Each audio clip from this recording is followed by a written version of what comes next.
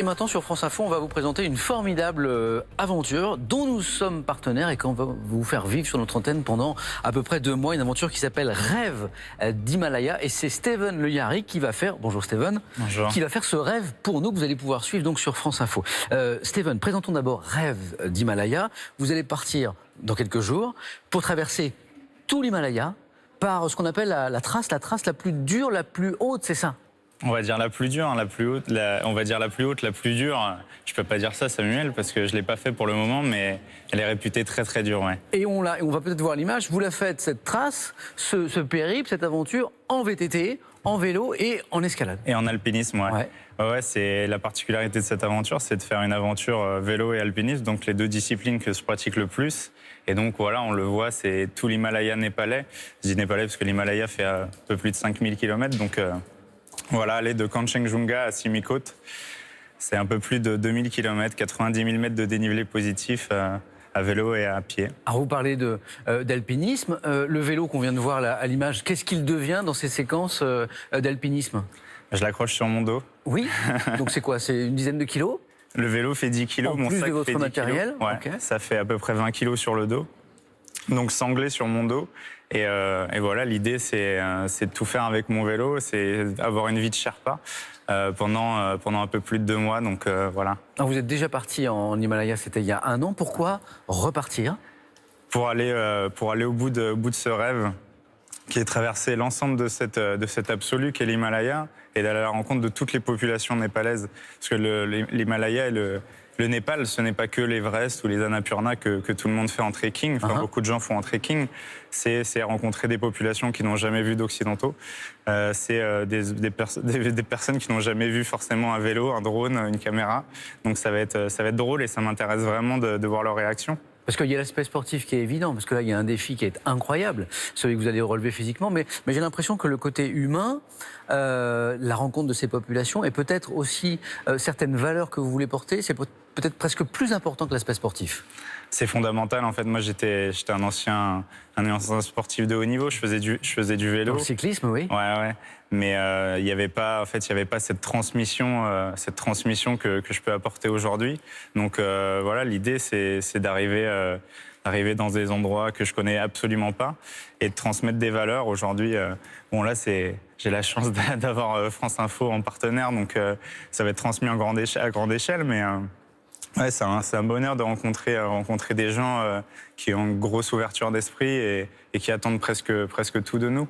Et ces valeurs que vous évoquez, c'est quoi? Il y a le dépassement, bien sûr, il y a l'aventure, la transmission, ouais. Et ensuite la bienveillance, l'ouverture aux autres. Voilà, plein de valeurs qui me portent à faire de ce genre de projet, qui me donnent l'énergie d'avancer, parce que oui, c'est beaucoup d'énergie au-delà de mon potentiel physique qui est anecdotique sur une aventure comme ça aussi longue. Ça va être de l'endurance et pour ça c'est que du cœur, quoi. Ça va être 90% de cœur et le reste c'est du physique. Et tout à l'heure vous nous parliez de Sherpa, vous êtes 3 à partir dans cette aventure, donc il y a un Sherpa qui vous accompagne et puis un cadreur, mais tous les 2 sportifs aussi, hein, très très très sportifs. Ah ouais, mon Sherpa qui s'appelle Ngawang Dawa Sherpa, qui est un spécialiste de cette trace, de ce genre d'expédition à vélo. Il a déjà fait la trace par petits bouts, mais il attend tout de moi lui aussi. C'est la première fois qu'il doit la faire dans l'intégralité. Ouais. Et surtout à cette vitesse, parce que je lui ai mis cette contrainte de 60 jours. Parce que voilà quoi, d'habitude, normalement cette trace à pied c'est 170 jours. D'accord. Elle a déjà été faite en beaucoup moins.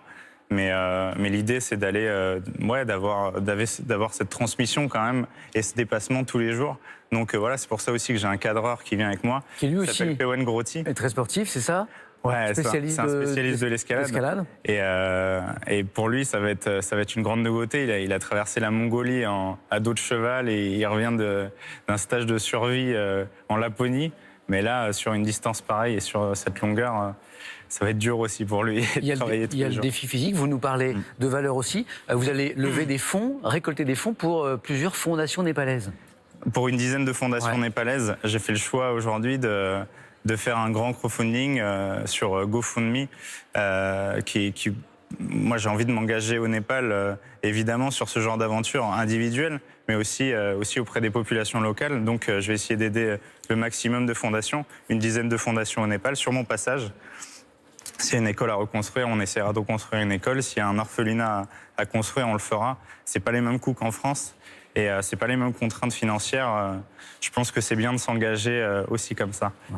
Et alors, vous nous le disiez, effectivement, vous allez nous faire vivre cette aventure sur France Info. Je crois qu'à raison d'au moins 2 fois par semaine, vous allez nous envoyer des images qu'on va monter ici, bien sûr, pour accompagner votre voyage. Et on va pouvoir suivre votre périple comme ça pendant 2 mois. L'idée, ouais, c'est de faire vivre la première aventure, entre guillemets, extrême en live sur la télévision, sur les réseaux sociaux aussi, évidemment. Mais l'idée, c'est de transmettre ces valeurs au plus grand nombre. Donc, ouais, c'est une contrainte aussi d'envoyer des images pratiquement tous les jours, dans des conditions difficiles, parce que le Wi-Fi ne va pas être accessible tout le temps. La 3G, la 4G, parfois, il va falloir oublier. Donc, voilà, c'est 2-3 pastilles par semaine sur France Info. J'en suis très content. On compte sur vous et on revoit ce vélo à l'antenne, ce fameux vélo qui va traverser l'Himalaya, sacrée aventure. On compte sur vous en tout cas, Steven, pour ces images. Merci à France Info. On va faire vivre à nos téléspectateurs toute cette aventure incroyable. Juste un mot, parce que je pense que tous les spectateurs se posent la question quand ils vous regardent et vous écoutent. Qu'est-ce qui vous fait marcher? Qu'est-ce qui vous fait avancer? Pourquoi ce défi?